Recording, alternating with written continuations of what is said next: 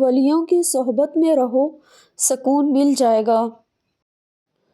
فرض اور شوق یکجا کر دے، سکون مل جائے گا۔ کسی کا سکون برباد نہ کرو، سکون مل جائے گا۔ ہوس زر اور لذت وجود چھوڑ دی جائے تو زندگی آسان ہو جاتی ہے۔ دل سے کدورت نکال دو، سکون مل جائے گا۔ آسمانوں پر نگاہ ضرور رکھو، لیکن یہ نہ بھولو کہ پاؤں زمین پر ہی رکھے جاتے ہیں۔ زندگی کی کامیابی کا فیصلہ زندگی کے اختتام پر ہی ہو سکتا ہے۔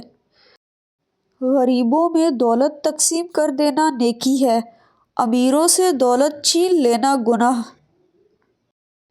خواب کی اونچی اڑانیں بیان کرنے سے زندگی کی پستیاں ختم نہیں ہوتیں۔ زندگی ایک سایہ دار اور پھلدار درخت ہے جس کو سانس کی آری مسلسل کاٹ رہی ہے، نہ جانے کب کیا ہو جائے۔ کسی مکان کو آگ لگی ہوئی ہو تو آگ لگنے کی وجوہات پر ریسرچ کرنے سے پہلے آگ کو بجھانا فرض ہے۔ جو انسان اس تقسیم پر راضی ہے جو اللہ نے اس کے مقدر میں کی ہے، وہ اللہ پر راضی ہوتا ہے، اور جو اللہ پر راضی ہو گیا، اللہ اس پر راضی ہو گیا۔ مطلب یہ کہ اللہ کو راضی کرنے کا آسان طریقہ یہ ہے کہ آپ اللہ پر اور اللہ کے ہر عمل پر راضی رہو۔